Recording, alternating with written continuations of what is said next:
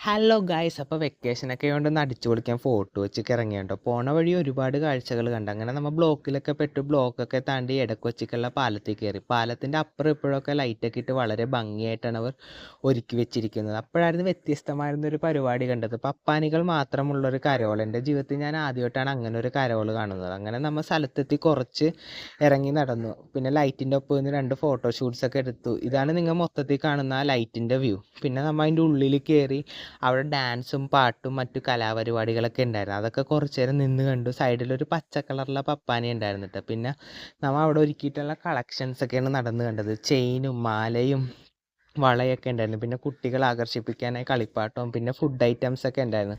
അതിൽ സ്പെഷ്യലായിട്ട് പാനിപ്പൂരി, സമൂസ ചാറ്റ്, മുളക് ബജി അങ്ങനെ കുറേ ഉണ്ടായിരുന്നു കേട്ടോ. പിന്നെ കമ്മലും വളയൊക്കെ ഉണ്ടായിരുന്നു. പിന്നെ അവിടെ 2 ഫോട്ടോഷൂട്ട്സൊക്കെ എടുത്ത് അവസാനം നമ്മൾ സമൂസ ചാറ്റ് മേടിച്ച് കഴിച്ചു. വളരെ രസമായിരുന്നു. പിന്നെ കത്തിക്കുന്നതായിട്ട് വലിയൊരു പപ്പാനീനെ അവിടെ ഒരുക്കിയിട്ടുണ്ടായിരുന്നു. പിന്നെ ഡാൻസ് കളിക്കുന്ന പപ്പാനി ഉണ്ടായിരുന്നു കേട്ടോ. അത് വളരെ രസമായിരുന്നു. പിന്നെ കുറച്ച് നമ്മൾ അങ്ങോട്ട് നടന്നപ്പോൾ ഐ ലവ് ഫോർട്ട് കൊച്ചി എന്നൊക്കെ പറഞ്ഞൊരു ബോർഡ് വെച്ചിട്ടുണ്ടായിരുന്നു. അതിൻ്റെ ഒപ്പം 2 ഫോട്ടോഷൂട്ട്സൊക്കെ എടുത്ത് ഹാപ്പിയും മടങ്ങി. അപ്പോൾ അത്രേ ഉള്ളൂ. ബൈ.